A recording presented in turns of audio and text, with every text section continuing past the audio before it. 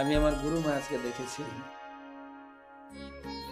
তিনি শারীরিকভাবে অনেকটা অসুস্থ, তার ৮০,০০০ শিষ্য আছে, তথাপি ভোর ৪টা থেকে রাত্রি 11:30, 12টা পর্যন্ত নন স্টপ সেবা করে চলেছে।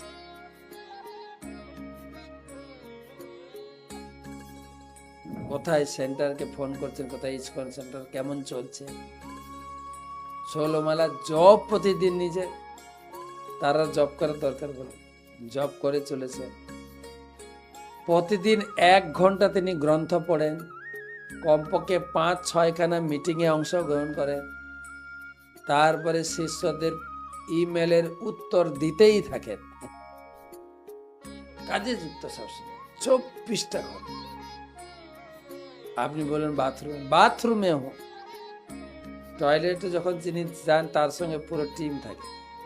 তিনি যেহেতু হুইল চেয়ারে বসে চলেন, তাকে সব কিছু করে দিতে হয়, সেই জন্য কমপক্ষে 3-4 জন ভক্ত ভোর থেকে, যখন থেকে গুরু মাঝ উঠবে তখন থেকে লেগে যান, সারাদিন চলতে থাকে।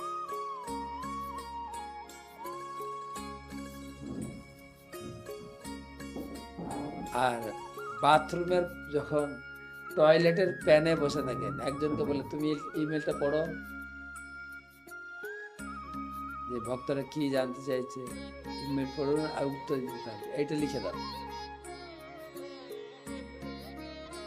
আপনারা যারা শ্রী শ্রীমৎ জয়প্রকাশ স্বামী গুরু মহারাজের শিষ্য, তারা এটা অনুভব করেন কিনা?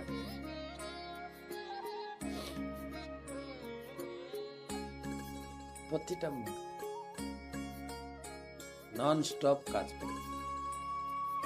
প্রতি মাসে তিনি একটা মাসিক মেসেজ পাঠান, আশীর্বাদ বাণী। ধরো ওনার বৈষ্ণব মাস, ধরো এই মাসটা আমাদের জানুয়ারি চলছে বা ডিসেম্বর চলছে, জানুয়ারি, ঠিক জানুয়ারি পড়ার সাথে সাথে আমি ডিসেম্বর মাসে কি করেছি, কতগুলো মিটিং অ্যাটেন্ড করেছি, প্রতিদিন কয় মালা জপ করেছি।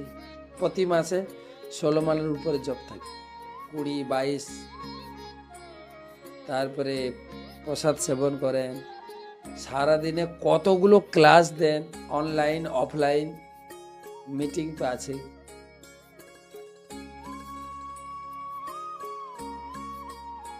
এবং নিয়মিত টাইমে খাওয়া দাওয়া, সব কিছু। এখানে বলছেন আত্মশুদ্ধির জন্য যোগীরা